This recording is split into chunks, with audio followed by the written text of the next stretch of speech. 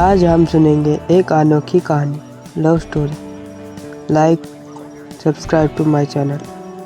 वो कहते हैं ना, अगर किसी चीज़ को शिद्दत से चाहे तो पूरी कयामत तुम्हें उससे मिलने में लग जाती है। तो ऐसी ही कुछ कहानी है अंजलि और वीर की। आज 4 साल बाद फिर वही आवाज़ सुनाई दी। हवा में फिर वही खुशबू थी, लेकिन सब कुछ बदल चुका था। उसे देख के ऐसा लगा मानो जिंदगी मुझसे बोल रही है, तू अभी जिंदा है, तू अब भी ख्वाब देख सकता है, तू अकेला नहीं है अब। लेकिन फिर भी मन में कहीं डर था कि कहीं ये सपना तो नहीं है जो आँख खुलते ही टूट जाएगा। मन में हजारों सवाल चल रहे थे कि तभी वो सामने आकर बोली, हाय कैसे हो। मैं तो उससे बस देखता ही रह गया। वो फिर बोली, हेलो कैसे हो, कुछ बोलो। मैं हड़बड़ाहट में बोला, मैं ठीक हूँ, तुम कैसी हो। वो बोली, ठीक हूँ, तुम इस कंपनी में जॉब करते हो। मैंने कहा हाँ।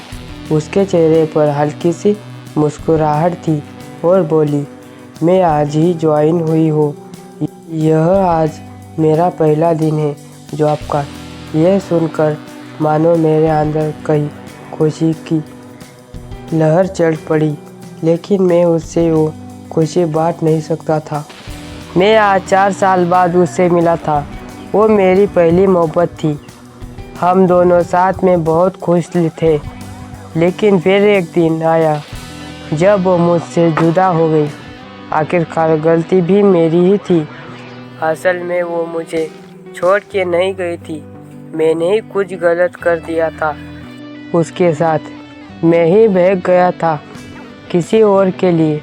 और लेकिन वो कहते हैं ना, प्यार अगर सच्चा हो तो बुरे से बुरा इंसान को बदल देता है। ऐसा ही कुछ हुआ मेरे साथ। मैं अंजलि को भूल के भी नहीं भुला पाया था, और फिर आज 4 साल बाद वो मेरे सामने है। क्या बोलूँ उससे, मैं कैसे मुंह से बात करूँ, कुछ नहीं समझ आ रहा था मुझे। वो मेरे ही ऑफिस में अभी नई ज्वाइन हुई है और मैं उसका सीनियर हूँ। हम रोज़ ऑफिस आते हैं, काम करते हैं और घर जाते हैं। 1 महीना हो गया था हुए, लेकिन अंजलि ने मुझसे एक भी बार हमारे बीते हुए ज़िंदगी के बारे में बात नहीं की। कभी वो मुझे पूछी कि मैं अब उसके साथ ही हूँ या ब्रेकअप हो गया मेरा। एक दिन जब शाम को ऑफिस से निकलने का टाइम हुआ तो बहुत बारिश हो रही थी और मेरे पास छाता नहीं था कि मैं बस स्टैंड तक भी जा सकूं। मैं ऑफिस में ही वेट कर रहा था बारिश रुकने के लिए। तभी अंजलि ऑफिस से निकल रही थी और मुझे बैठा देखकर पूछी, तुम्हें घर नहीं जाना। तो मैंने कहा, घर तो जाना है, लेकिन मैं आज छाता नहीं लाया और बाहर बहुत बारिश हो रही है, इसलिए वेट कर रहा हूँ कि बारिश रुकने की। वो बोली, ठीक है। फिर थोड़ा सा रुक के बोली, मेरे पास छाता है, चाहो तो मैं तुम्हें बस स्टैंड तक छोड़ सकती हूँ। मैंने बिना कोई सोच विचार किए जाके हाँ कर दिया और जल्दी से सब सामान रख के उसके साथ ऑफिस से निकला। बारिश इतनी तेज थी कि हम दोनों भीग गए थे बस स्टैंड आते आते, और बारिश की वजह से बस भी काफ़ी लेट थी। हम दोनों के बीच शांति थी, ना मैं कुछ बात कर पा रहा था ना वो कुछ बोल रही थी। फिर मैंने ही हिम्मत जुटा के पूछा कि क्या तुम्हारी शादी हो गई। वो हंस पड़ी और बोली, नहीं। ये सुनकर मेरे दिल को जो खुशी हुई मैं उसे बता भी नहीं सकता था। फिर कुछ देर बाद वो मुझसे पूछी, तुम्हारी हो गई। मैंने कहा नहीं। फिर थोड़ा रुककर मुस्कुराते हुए पूछी, प्रीति का क्या हुआ। मैं थोड़ा शांत हो गया और बोला, हम साथ नहीं हैं। वो कुछ नहीं बोली, बस चुपचाप खड़ी थी।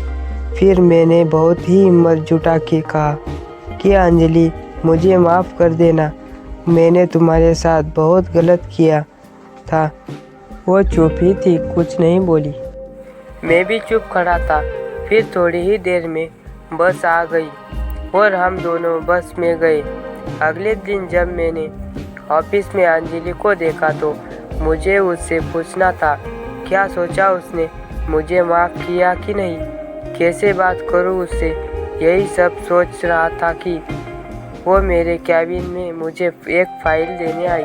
मैंने बिना कुछ सोचे उसे बोल दिया कि ऑफिस के बाद साथ में चलना, मुझे कुछ बात करनी है। वो बोली, क्या? हम अभी इधर बात कर सकते हैं। मैंने कहा नहीं, ऑफिस के बाद मिलना। वो बोली ठीक है और चली गई। मैं बस इंतज़ार कर रहा था कि कब 6 बजेंगे कि मैं उससे बात कर पाऊँगा। टाइम जैसे थम ही गया था। 6 बज गए। सब एक एक करके निकल रहे थे ऑफिस से। फिर आखिर में मैं निकला और साथ में अंजलि भी। वो रुकी थी मेरे लिए। आज फिर हम चल के गए बस स्टैंड और रास्ते में मैंने उससे पूछा कि कल का जवाब नहीं दिया तुमने। वो शांत ही थी कुछ देर, फिर बोली, किस बात का जवाब? क्या जवाब दूँ मैं? गए तो तुम थे छोड़ के, और अब मुझे फिर से वो सब कुछ नहीं चाहिए। तो कोई माफ़ी, सवाल जवाब की बात ही नहीं बनती। मैंने उसे बहुत मनाने की कोशिश की लेकिन वो नहीं मानी। 5 महीने हो गए थे हमें एक ही ऑफिस में काम करते हुए, लेकिन हम दोनों ही अब एक दूसरे से बात नहीं करते थे। उस दिन के बाद मैंने बहुत बार कोशिश किया कि अंजलि को मैं मना लूँ, उससे ये कह सकूँ कि हाँ मुझसे गलती हो गई थी, लेकिन मैं तुम्हारे बिना नहीं रह पा रहा हूँ। तुम इस ऑफिस में ज्वाइन हुए उससे पहले ही से ही मैंने तुम्हें कांटेक्ट करने की कोशिश किया था, लेकिन नहीं हुआ। और जब तुम इस ऑफिस में आई तो मेरे खुशी का कोई ठिकाना ही नहीं रहा। लेकिन मुझ में तुमसे बात करने की हिम्मत नहीं होती थी।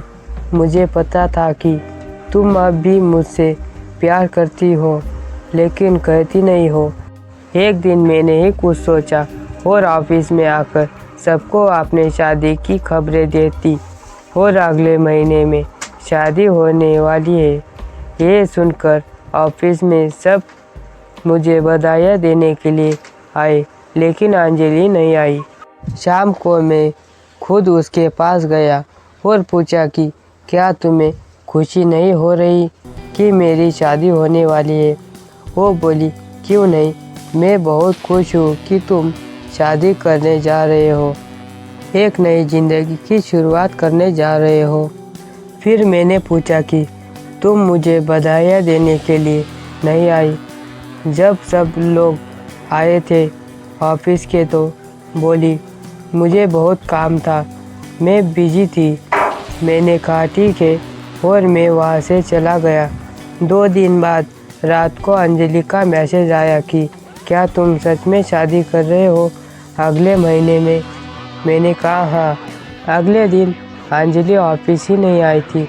मैं सोच में सब गया कि क्या हो गया, वो आई क्यों नहीं।